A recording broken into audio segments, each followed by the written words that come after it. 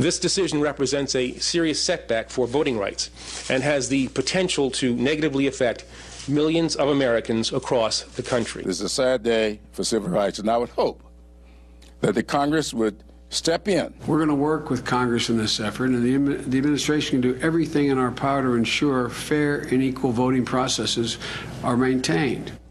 That is just some of the reaction from Washington officials today after the Supreme Court basically said that until Congress fixes it, Section 5 of the Voting Rights Act is dead. So in the near term, at least, it really is up to Congress and then the president to make this happen. Joining me now is Congressman Keith Ellison, Democrat from Minnesota. Last month, he announced he would introduce legislation to amend the U.S. Constitution to guarantee the right to vote. And former Republican Congressman Mike Castle, former governor of Delaware, who voted for the reauthorization of the Voting Rights Act in 2006. Congressman Castle, can I begin with you?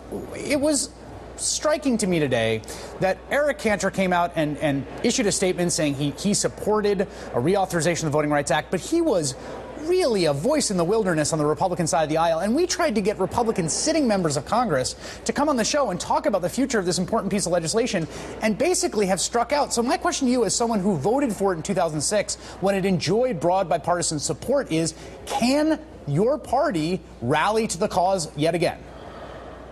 Well, does my party want to rally to the cause is the issue. I tend to agree with Chuck Schumer, who basically said that with the House under Republican control and needing 60 votes to get anything done in the Senate, that it's unlikely that you're going to see pre-clearance be done by Congress in that format. And I think that's probably correct if I had to guess. I don't know all the facts that were before the Supreme Court in terms of how they looked at various municipalities and various states that had actually been named and placed into the Voting Rights Act, and saying there's been a change over a period of time. Maybe there's some, credibility to that. I don't necessarily agree with the decision, but the idea that this Congress is going to make changes, I think, is fairly unlikely. But there is a remedy. And the remedy is if somebody is wronged, they have the right to bring suit and to reinstate. You're referring to that Section 2 of the Voting Rights Act, which of course does remain intact, although it does not have this kind of preemptive effect of Section 5. Congressman Ellison, hearing Congressman Castle talk about the Congress that you go to work in every day, you work with those colleagues across the aisle. What is your sense of whether this Congress could come together around a new formula? I believe that when politicians feel the heat, they see the light.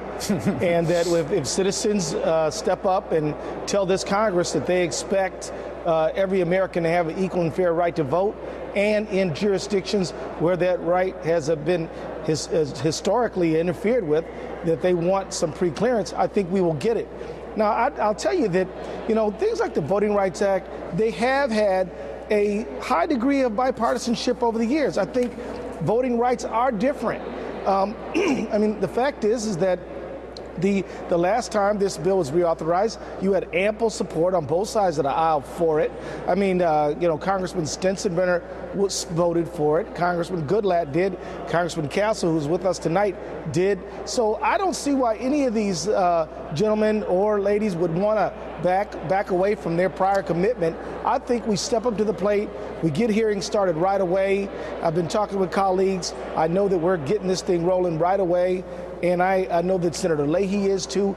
But I think that this is a moment when all Americans, black, white, Latino, Asian, need to say equal right to vote for all and be real clear on it. This is the moment for that. Congressman Castle, can I ask you a question just as a matter of institutional personal pride? I mean, you're someone who's had a tremendously accomplished career in politics, and you voted. You cast a vote for reauthorization based on the hearings, based on the testimony, based on your judgment, based on being the elected representative in the Article I institution in our proud republic. And the court today just said you didn't do your job. I mean, that is the message from the John Roberts opinion, is that you screwed up. You just didn't do a good enough job in figuring out whether this was the right way to use the formula. Do you feel at all personally insulted by that? Well, perhaps a little bit. As I said, I don't know all the facts that were before the Supreme Court, so I'm reluctant to be too critical. But it bothers me. And as I said, I don't necessarily agree with the underlying premise of this particular decision, but they made it. and now Congress has to go to work. The congressman makes what I consider to be very valid points. That is, the members of the House and Senate need to sit down and at least see if they can work this out. If they can't, I think you will see court remedies that will eventually straighten it out. Whether that's sooner or later, I'm not 100% sure. But the bottom line is, one could be critical of the Supreme Court in this, and I can understand the reaction of those who believe in civil rights, as I do in all this. But perhaps they knew something that I didn't, and perhaps others did not. Congressman Ellison, exactly. Let me ask you this. What I find maddening here is the fact that the court has said this formula doesn't work for us. We think it violates an unspecified part of the Constitution. What is to say that whatever you come up with is going to, pass the liking of these same 5 justices if you do come up with a formula? When Justice Scalia said that he believes that somebody's I think the term of art that he used was, oh my goodness, I'm blanking racial on entitlement. Racial entitlement, thank you. When he used that terminology, it was clear to me that he had a certain perspective on things, and that his preconceived ideas about the civil rights law, voting rights law, were going to prevail.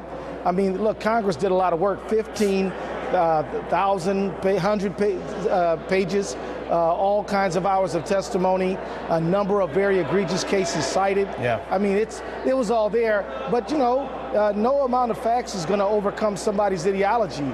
But Congress has to sit down and get it done. We have a bipartisan history of standing up for the right to vote. Look, we can argue about taxes, we can argue about trade, we can go back and forth on immigration, but give the people a right to vote. Congressman Keith Ellison, Democrat from Minnesota, former Republican Congressman Mike Castle of Delaware. Thank you, gentlemen, for your time today. Thank you.